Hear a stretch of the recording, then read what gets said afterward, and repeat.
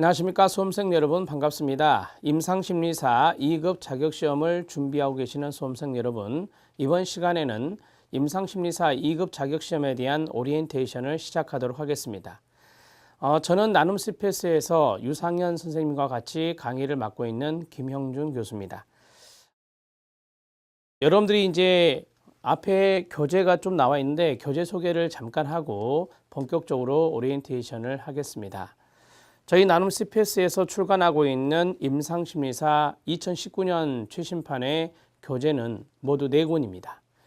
자, 첫 번째 여러분들 볼 때 왼쪽에 있는 거죠. 여러분들이 보실 때 왼쪽에 있는 것은 이론서입니다.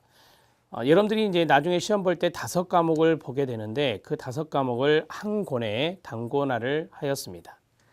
자, 그리고 두 번째는 필기 기출문제집입니다. 필기 기출문제집은 이제까지 출제되었던 관연도의 기출문제를 여러분들이 강의를 통해서 또는 독학으로 공부할 수 있을 만큼 자세하게 세서를 넣어 드렸습니다. 그래서 1차 필기 기출문제를 위한 공부를 이 교재, 두 번째 교재로 하시면 될 것 같습니다. 자, 그 다음에 세 번째 12월 중순 정도, 12월 중순 정도에 출간 예정인 교재 2권을 설명해 드리도록 하겠습니다. 첫 번째는 임상심리사 2급 실기 핵심 요약집입니다. 그러니까 실기 교재가 2권이라고 보시면 되는데요.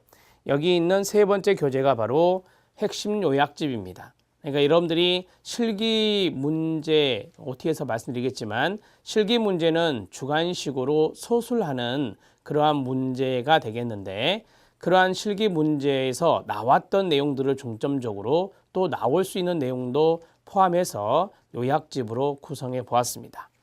그리고 마지막에 있는 이 보라색의 교재는 같이 이제 동시 출간될 건데요.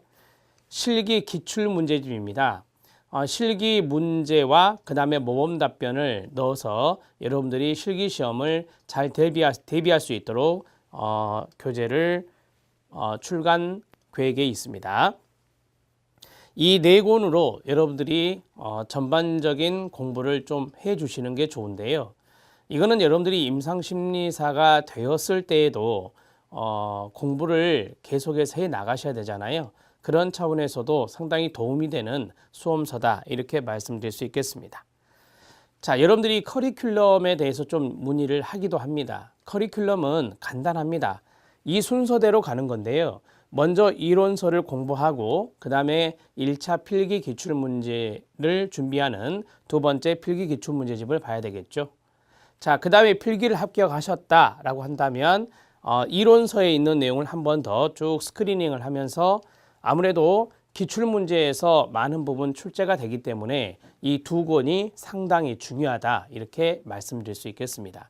그래서 커리는 간단하게 저기 여러분들이 보실 때 왼쪽에서부터 오른쪽으로 순차적으로 하시면 될 것 같다라는 생각을 합니다. 그렇게 해서 교재 소개도 하고 그 다음에 간단하게 임상심리사 시험에 대해서도 말씀을 드렸습니다. 자, 임상심리사 이제 교재를 보면서 하겠는데요. 이론서, 여기 있는 이론서 앞부분에 보면 인포메이션이 있습니다. 머릿말 다음에 인포메이션이 있는데 유상현 선생님이 썼던 머릿말도 한 번 정도는 정독해 주시기 바랍니다. 이 교재의 구성에 대해서 이야기하고 있거든요. 자, 인포메이션에 보면 임상심리사 2급 시험 개요가 있습니다. 여러분들이 아시는 대로 이것은 국가기술 자격증입니다. 관련 부처가 이제 보건복지부가 되겠고요. 시험 시행기관은 한국산업인력공단이 됩니다. 그래서 여러분들이 큐넷에 접수를 하고 큐넷에서 최종 합격자 이런 것들을 접수도 하고 그 다음에 최종 합격자 발표도 큐넷에서 볼 수가 있습니다. 자, 임상심리사 2급 전문가의 업무가 있는데 이것들은 여러분들이 한번 쭉 읽어보시되 어떤 일을 주로 할까요, 여러분? 그렇습니다. 뭐 심리라는 말이 붙어 있는 국가기술 자격이니까 아무래도 심리 상담, 심리 평가, 심리 검사 이런 것을 전문적으로 하는 분이 바로 임상심리사 전문가다 이렇게 말씀드릴 수 있겠습니다. 되게 이제 뭐 대학에도 들어가고 그다음에 병원, 그다음에 본인이 또 사업체를 꾸리시기도 합니다. 임상심리상담센터 이런 식으로 이제 명칭이 많이 부여되는데요. 그런 식으로 해서 개인 사업자로 활동하시는 분도 많이 있습니다. 그러니까 취업도 되고 그다음에 심리상담 전문가로서 사업체를 운영하시는 분도 있다. 이렇게 보시면 되겠습니다. 제가 생각할 때는 임상심리사 2급 자격이 상당히 메리트가 있는 자격이라고 생각을 해요.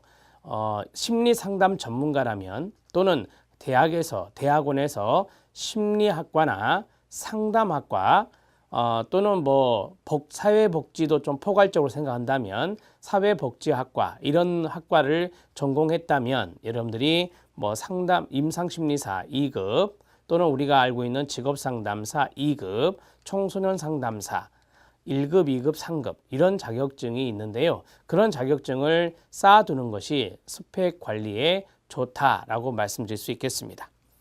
그럼 이제 취득 방법에 대해서 말씀을 드릴게요. 자, 응시 자격, 시험 과목, 검정 방법, 시험 시간이 쭉 나와 있는데요. 제가 앞에서 5과목이라고 말씀을 드렸었고요. 심리학 개론이 있고 이상심리학, 심리검사, 임상심리학, 심리상담 이렇게 해서 5과목입니다.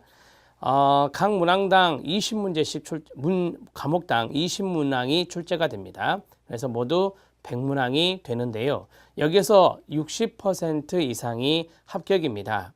그런데 이제 과락이 없어야 된다는 거. 각 과목당 과락은 우리가 과락 기준이 보통 40%잖아요. 그래서 20문제에 40%면 8문제인데 이 8문제까지는 과락이 아닙니다. 7문제를 맞췄다 그러면 이제 과락이 되는 거예요. 전체는 60%를 넘었지만 과목별로 계산했을 때 과락이 나오면 안 된다는 것을 말씀드립니다. 그리고 시험 시간을 보니까 2시간 30분입니다. 상당히 넉넉한 시간이라고 보실 수 있습니다. 여러분들이 이제 2시간 30분 하면은 120분에 30분이니까 150분이잖아요. 그래서 대개 이제 한 문제당 1분을 주는 게 자격증 시험인데 이 임상심리사 2급 자격 시험은 상당히 필기 시험도 시간이 넉넉하고 그 다음에 실기 시험도 시간이 넉넉하다 이렇게 말씀드릴 수 있겠습니다. 여러분들이 준비만 잘 하시면 돼요. 자, 그리고 밑에 보니까 실기가 나옵니다. 임상실무에서 필답형이라고 되어 있는데요. 1차 필기는 사지선다형의 객관식이고요. 그 다음에 여기 실기는 제가 앞에서 말씀드린 대로 주관적으로 서술하는 거예요. 주관식 서술인데 대개 이제 이런 문제가 많습니다. 뭐 3가지로 설명하세요. 5가지로 설명하세요. 그러면 여러분들이 3가지, 5가지를 이제 기술하는 형태가 됩니다. 그러니까 단답은 아니에요. 단답식으로 기입하는 건 아니고 이제 서술 형태로 쓰셔야 된다는 것을 말씀드립니다. 시험 시간은 18문제 정도 보통 나오거든요. 근데 3시간이나 줍니다. 그래서 시험 시간이 상당히 넉넉하다 이렇게 말씀드릴 수 있겠습니다.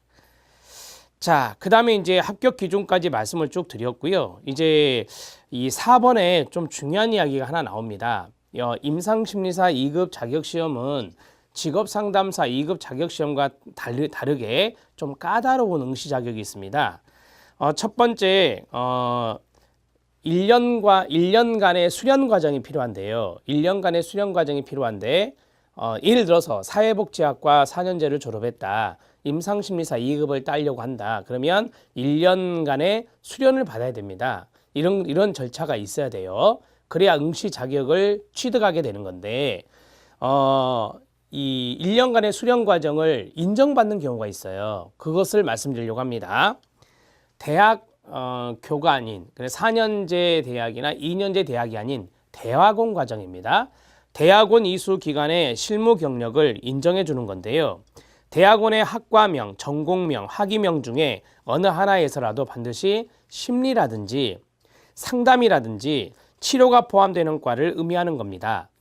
그래서 뭐 밑에 도표에 보면 아시겠지만 학과명이 유아교육학과인데 전공이 유아교육 심리전공이다. 심리가 들어가 있잖아요.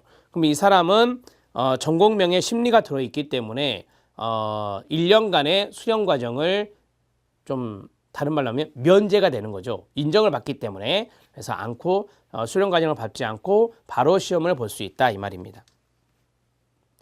자, 밑에 아래에 있는 내용들은 여러분이 쭉 보시면 되겠지만 하나 더 해볼까요? 거기 학위명을 보면 학위명에서 예술치료학 석사가 있고요.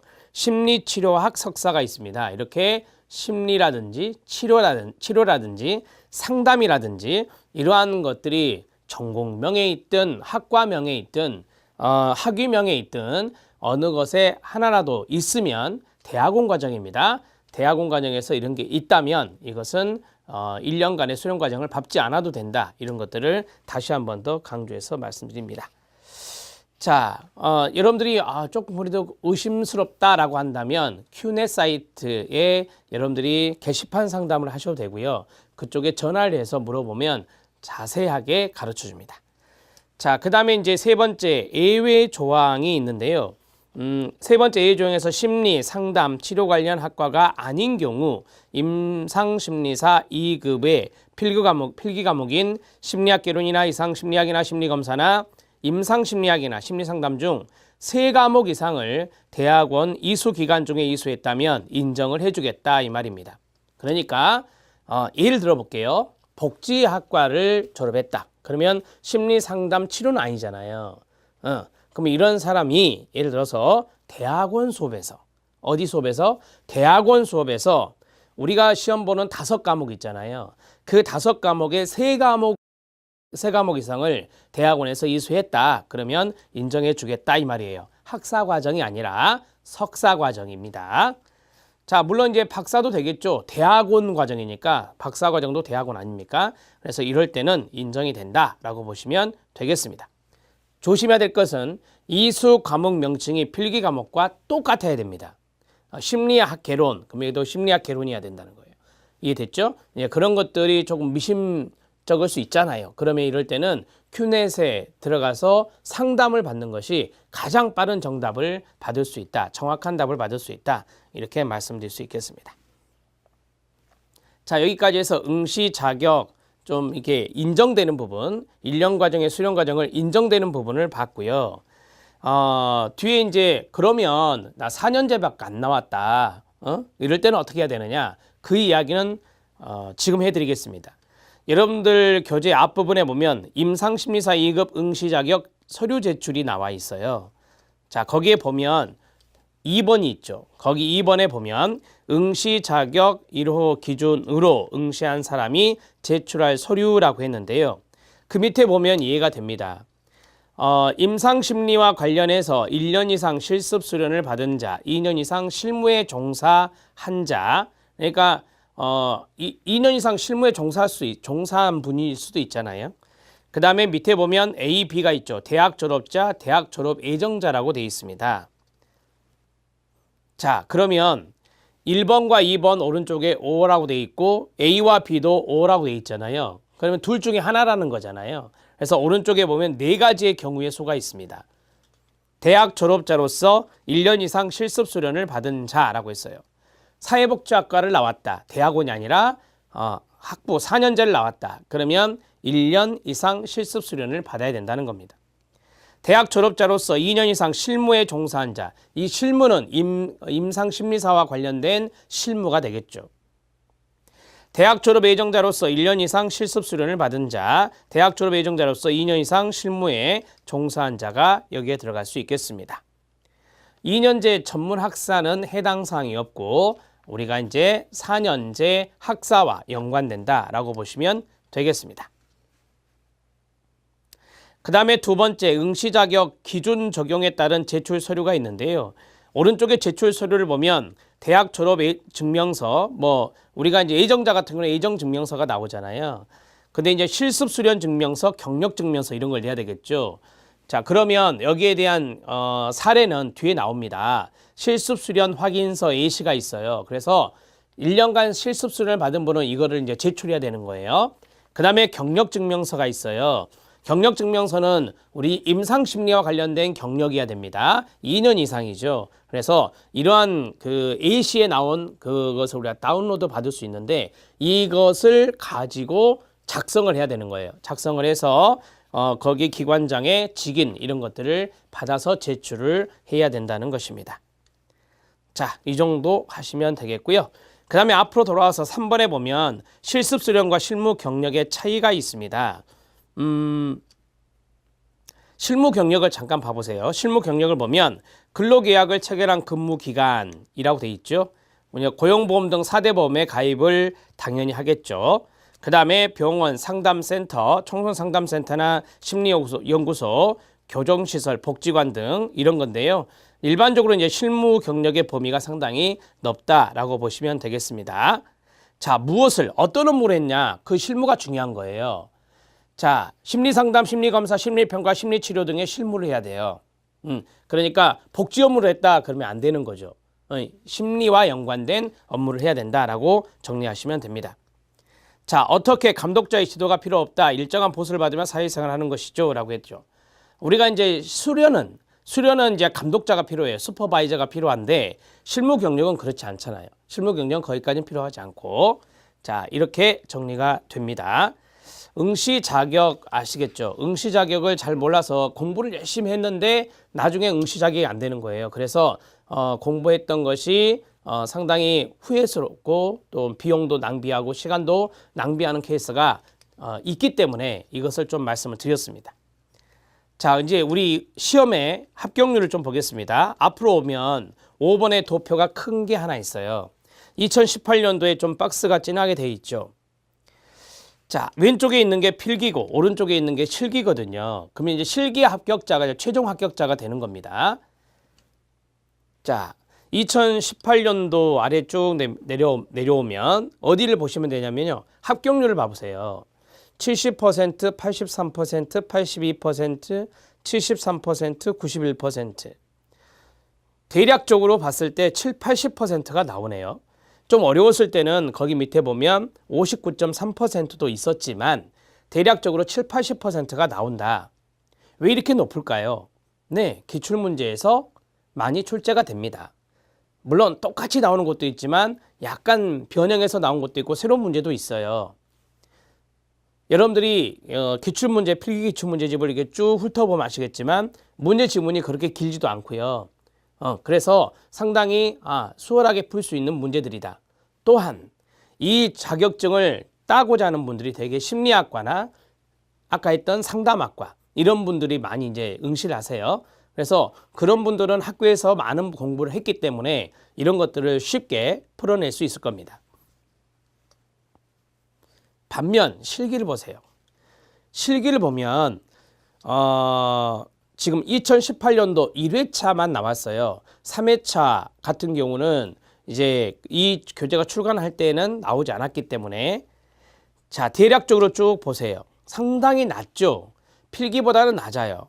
13%, 17%, 22%, 16%, 14%, 36%, 그 다음에 이제 28% 이렇게 돼 있는데, 우리가 이제 임상심리사 시험이, 2급 시험이 1년에 한 번 있는 게 아니라 1회차하고 3회차에 있어요.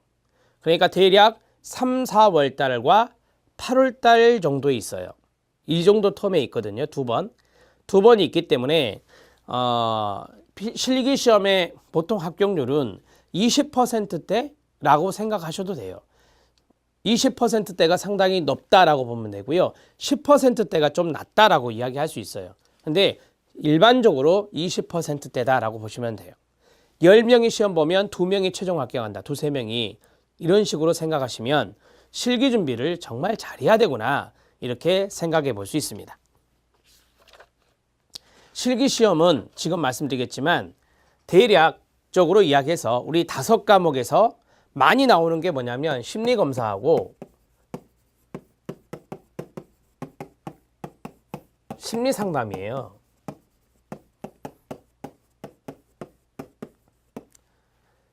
(18) 문제 낼 때도 있었고 20문제 나올 때도 있었는데 대략적으로 18문제가 나오거든요. 실기 때. 근데 심리검사하고 심리상담이 상당히 많은 부분을 차지합니다. 한 70% 정도는 차지하는 것 같아요. 그리고 이제 나머지가 이상심리학 하고요. 그 다음에 플러스 임상심리학입니다.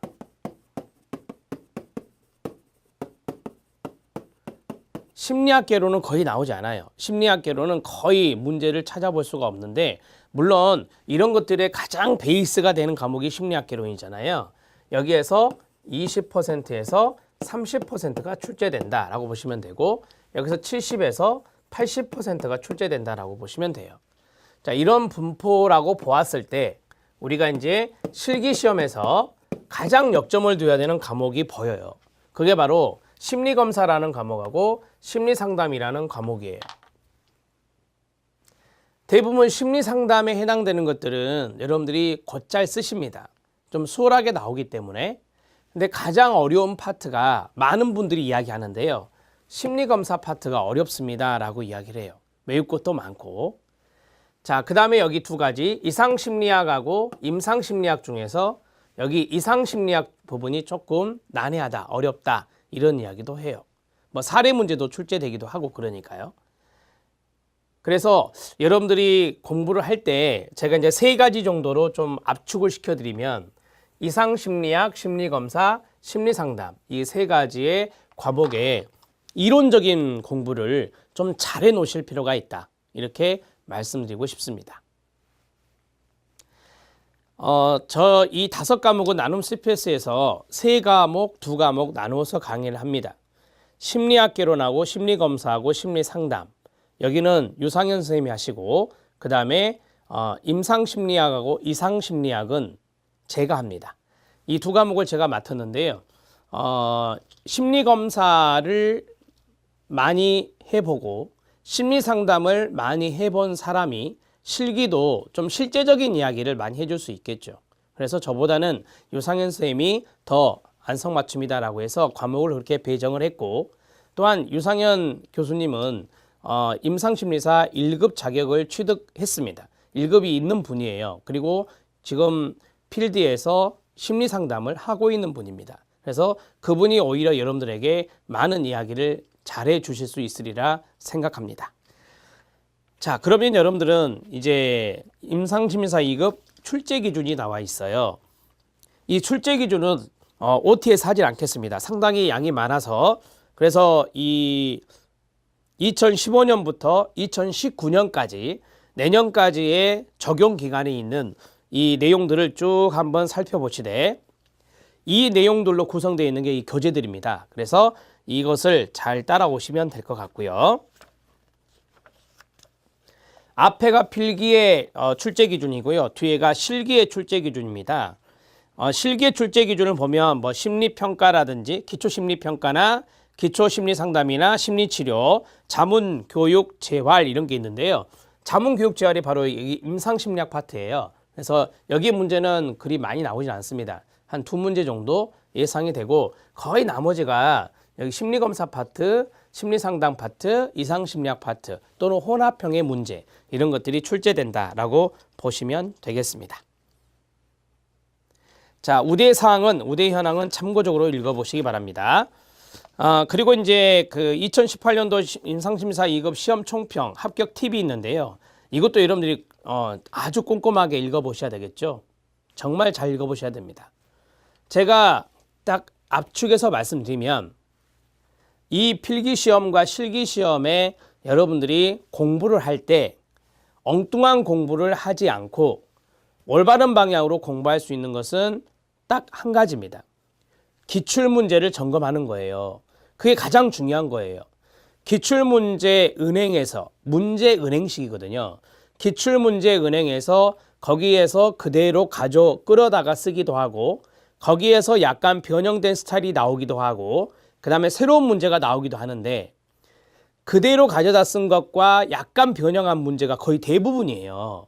그렇다 보니까 필기 합격률이 그렇게 많이 올라가는 거예요. 그 다음에 실기는 제가 생각할 때는 기출문제에서도 많이 나오거든요. 많이 나오는데 심리검사나 심리상담이나 이상심리학 여기에 대한 내용이 많이 숙지가 안 돼서, 숙지가 부족해서 조금 부정확하게 쓰지 않았나 이런 생각을 해봐요. 5가지를 쓰시오 그러면 하나, 둘, 셋, 넷, 5가지를 정확하게 쓰는 것이 중요하겠죠. 더 많이 쓰는 게 중요한 게 아니에요. 5가지면 5가지를 채우시는 건데요. 이 5가지에서 5가지에서 3가지가 맞고 2가지가 틀릴 수 있죠. 그러면 부분 점수가 주어지는 것으로 알고 있어요. 그래서 이 부분 점수를 받기 위해서 여러분들이 최선을 다해서 정확한 서술을 하시려고 노력을 해야 되는 거죠. 실기는 필기와 다르게 작성 연습을 잘 하셔야 돼요. 작성 연습을 해보셔야 자기 나름대로 주관이 들어가지 않죠. 설명하시오, 그것은 객관적인 답이 있는 거예요. 그 객관적인 답을 서술해 나가는 노력을 여러분들이 해보셔야 된다는 거예요. 자, 그러한 것들이 가장 중요합니다. 합격을 위한 팁이에요. 필기 합격 팁도 되고 실기 합격 팁도 되는 거예요.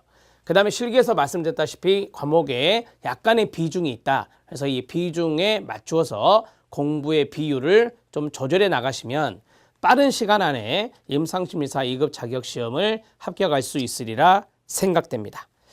자, 여기 밑에 있는 2018년 시험 총평, 그 다음에 합격을 위한 준비 팁, 이런 것들이 있는데요. 이런 내용들을 잘 읽어주시면 되겠습니다. 자, 합격 수기는 이제까지 공부해서 최종 합격했던 분들의 합격 수기를 2개를 올려드렸습니다. 그것도 한번 참고적으로 읽어주시기 바랍니다. 자, 임상심리사 2급 자격시험에 대해서 오리엔테이션을 했습니다. 좀 부족한 부분이 있지만 부족한 부분은 과목별로 수업이 들어갈 때 이 과목은 어떻게 공부하는 게 좋습니다. 이렇게 간단하게 OT를 하고 수업을 할 거예요. 그때 여러분들이 들으시면 될 것 같습니다. 자, 부디 다가오는 해에 임상심리사 2급 자격시험에 필기 합격에서 멈추지 마시고 최종 합격을 통해 임상심리 전문가가 되시길 기도하겠습니다. 수고하셨습니다.